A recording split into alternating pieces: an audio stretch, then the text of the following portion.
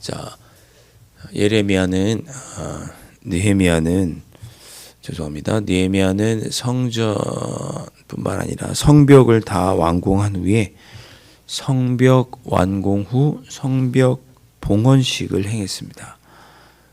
방백들과 찬양대 제사장들이 올라가서 성벽을 다 두루 밟고 성벽 봉헌식을 한 후에 몇 가지 예루살렘의 유다 땅에 고쳐야 할 점들을 개선하기 시작합니다. 그래서 달리 표현하면 유다의 개혁을 시작을 합니다. 개혁을 하죠. 그 내용이 어디 나오냐? 13장에 전체를 할애해서 느헤미야가 개혁하는, 유다를 개혁하는 내용이 쭉 나오고 있습니다. 여러분 그냥 눈으로만 보시면 1절부터 3절에서는 유다 공동체 안에서 이방인들을 제거합니다. 암몬 사람, 모압 사람들은 영원히 우리와 같은 하나님의 백성이 될 수 없다. 그래서 그들을 쫓아냅니다.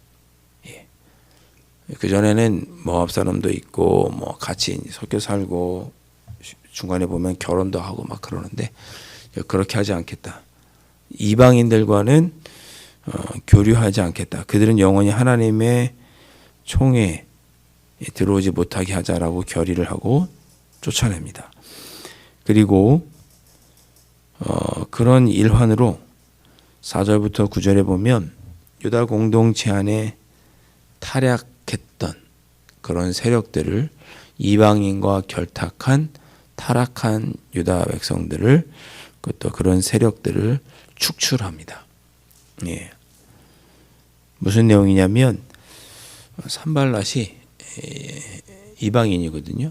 근데 아마 유지였던 모양이에요. 돈도 많고. 그랬더니 그가 성전의 제사장과 이렇게 짜고 결탁을 해서 저 성전에 방을 하나 달라.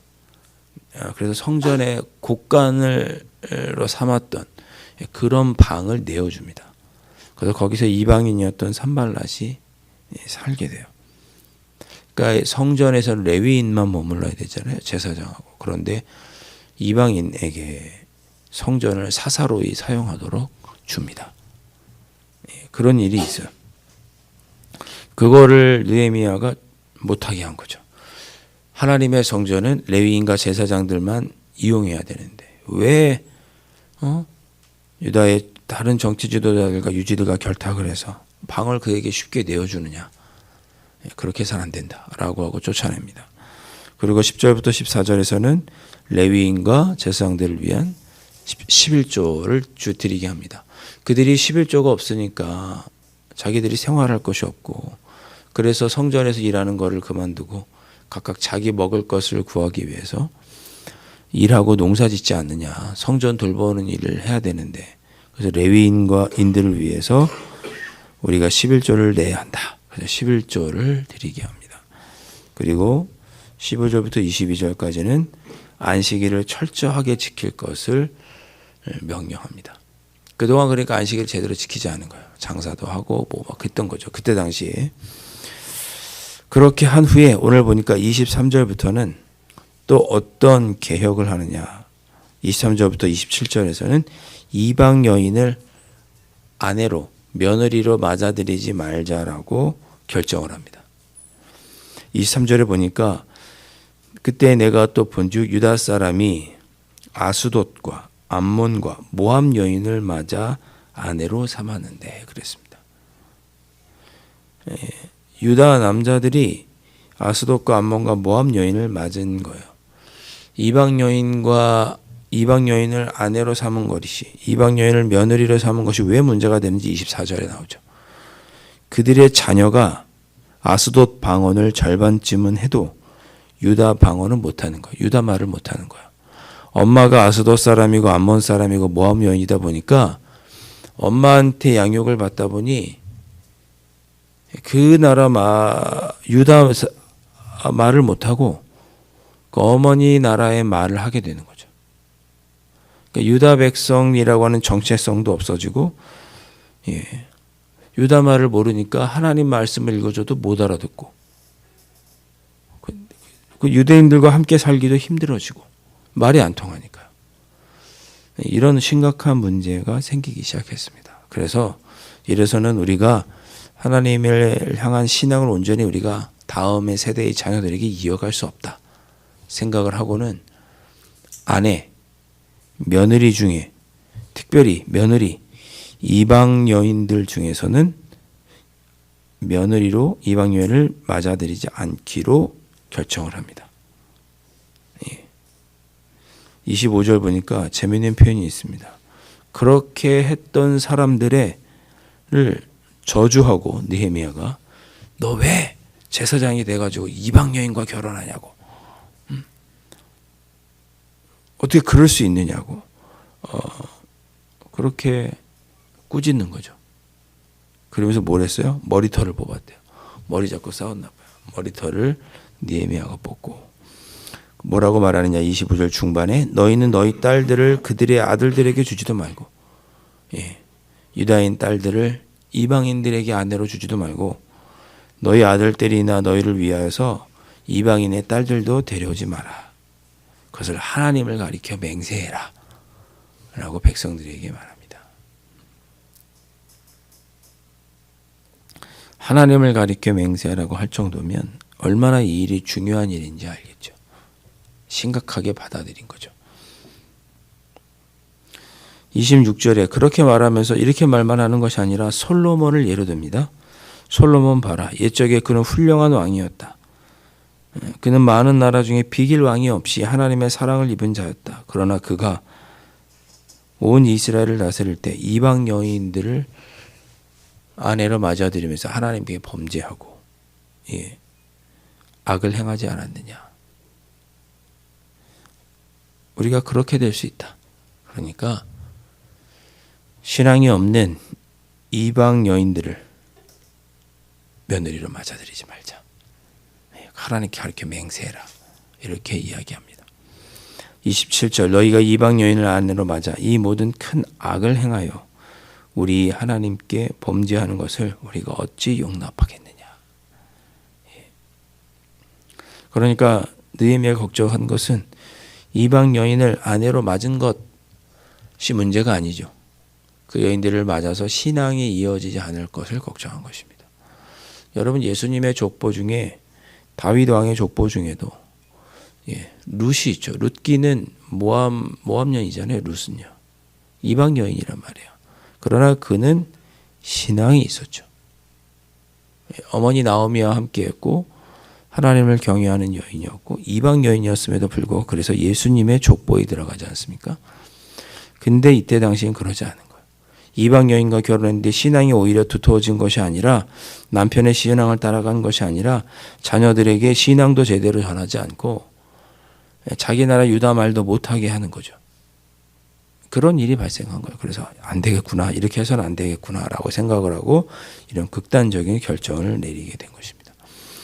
28절 보시죠. 대제사장 엘리야십의 손자 요야다의 아들, 요야다가 대제사장이었는데 그의 아들 중에 하나가, 그의 아들 중에 한 명이 호론 사람 산발랏. 이 산발랏 나쁜 사람이에요. 기억을 더듬어 보세요. 느헤미야가 성벽을 재건할 때 방해했던 사람이 누구죠? 산발랏이에요. 그런데 대제사장의 아들이 그 산발랏의 사위가 된 거예요. 그리고 그 산발랏은 어디가 있었어요? 예루살렘 성전에 방 하나 사무실 내달라고 해서 사무실처럼 들어가서 성전을 쓴 거죠.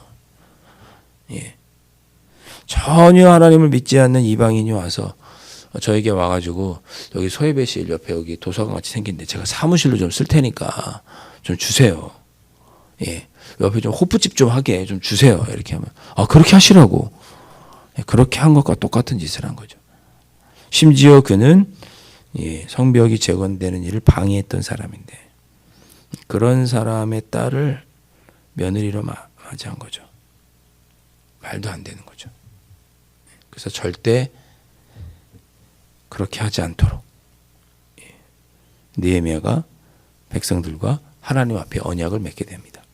29절 그리고 느헤미야가 기도하죠. 하나님, 제사장의 직분을 더럽히고 제사장의 직분과 레위 사람에 대한 언약을 어겼던 그들을 기억하십시오. 기억하여 주십시오라고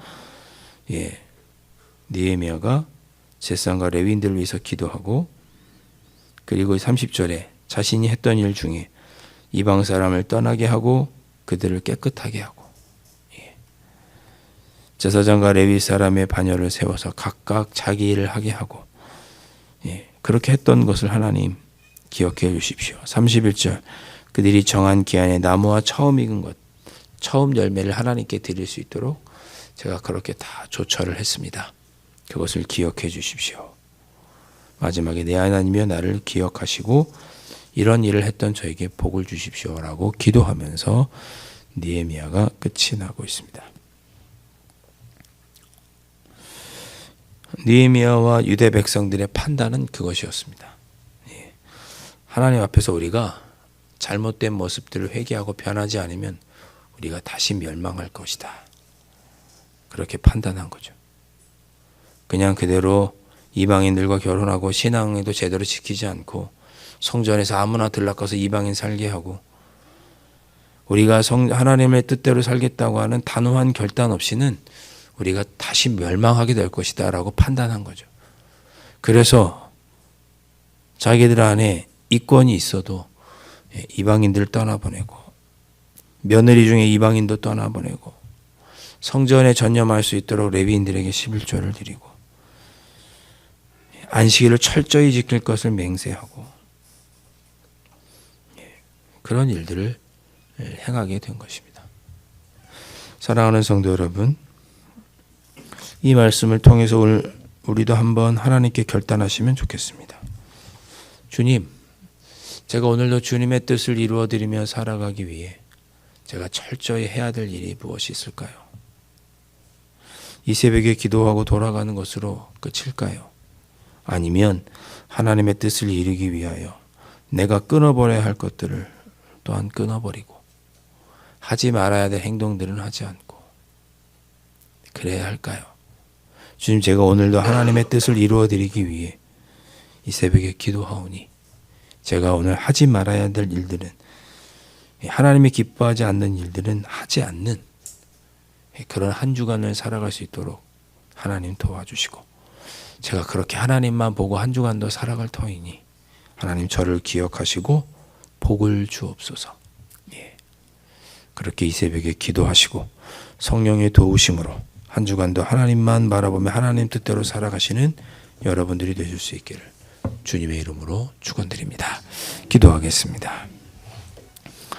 하나님 아버지, 느헤미야는 유다 백성들이 철저하게 하나님의 뜻대로 살지 않으면 다시 그들이 힘들어지고 어려워지고 멸망할 것이라고 생각하고 철저하게 신앙을 개혁할 것을 유대인들에게 요구하였습니다. 오늘 이것이 하나님의 음성으로 저희들에게 들려옵니다. 하나님의 뜻을 이루며 살아가기 위해 우리도 철저히 우리의 삶을 하나님이 기뻐하시는 삶을 행동을 하며 살아가기 위해 힘쓰는 저희들이 될 수 있도록 성령 하나님이 인도하여 주시옵시고, 느헤미야가 하나님 아버지 앞에 당당하게 하나님 저를 기억하여 주시고 복을 주시옵소서라고 요구했던 것처럼 우리도 하나님의 뜻대로 살았사오니 하나님이 이런 저를 기억하여 주시고 복을 허락하여 주옵소서. 당당히 요청하고 그 복을 누리는 은혜의 삶을 한 주간 더 살아갈 수 있도록 성령 하나님 인도하여 주옵소서. 예수님의 이름으로 간절히 기도하옵나이다. 아멘. 하늘에 계신 우리 아버지, 아버지의 이름을 거룩하게 하시며 아버지의 나라가 오게 하시며 아버지의 뜻이 하늘에서와 같이 땅에서도 이루어지게 하소서. 오늘 우리에게 일용할 양식을 주시고 우리가 우리에게 잘못한 사람을 용서하여 준 것 같이 우리 죄를 용서하여 주시고 우리를 시험에 빠지지 않게 하시고 악에서 구하소서. 나라와 권능과 영광이 영원히 아버지의 것입니다. 아멘.